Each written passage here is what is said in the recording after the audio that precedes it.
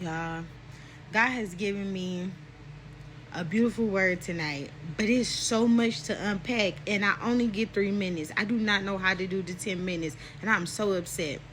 I might have to break it down, but I'm gonna give y'all what I can. So we are reading out of 2 Kings chapter 4 right now, and it's two stories. You have the woman who was going into debt, and she had two sons, and the collectors was coming after her two sons for this debt.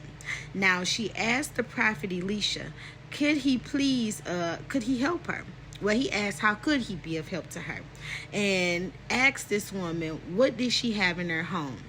She only had oil.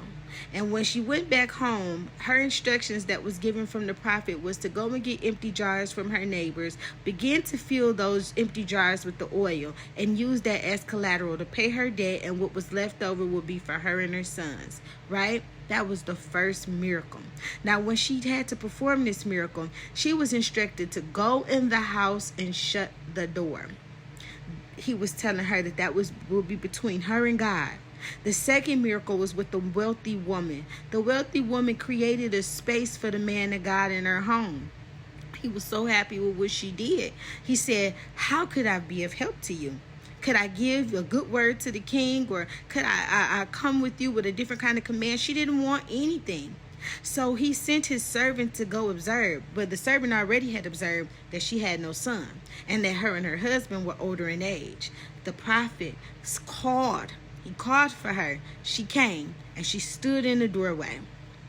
He blessed this woman with a son. Please read. It's so much more, but I got to get the message out. The numbers 3, 2, 1. God talks to me through numbers. And when 3, 2, 1 comes, it's always a countdown.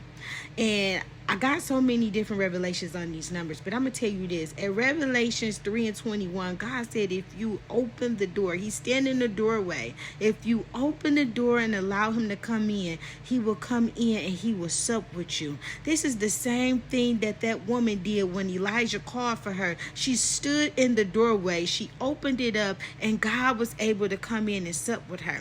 Now, we got Ephesians 3 and 21, where he said, 3 and 20. 3:20, where he said, I will do abundantly, exceedingly, and beyond. And both these miracle signs and wonders, God did just that. He went above and beyond. He blew their mind. He's saying that same thing to you tonight. If you could just open the door and let him in. Because if you're listening with your spiritual ears, he knocking.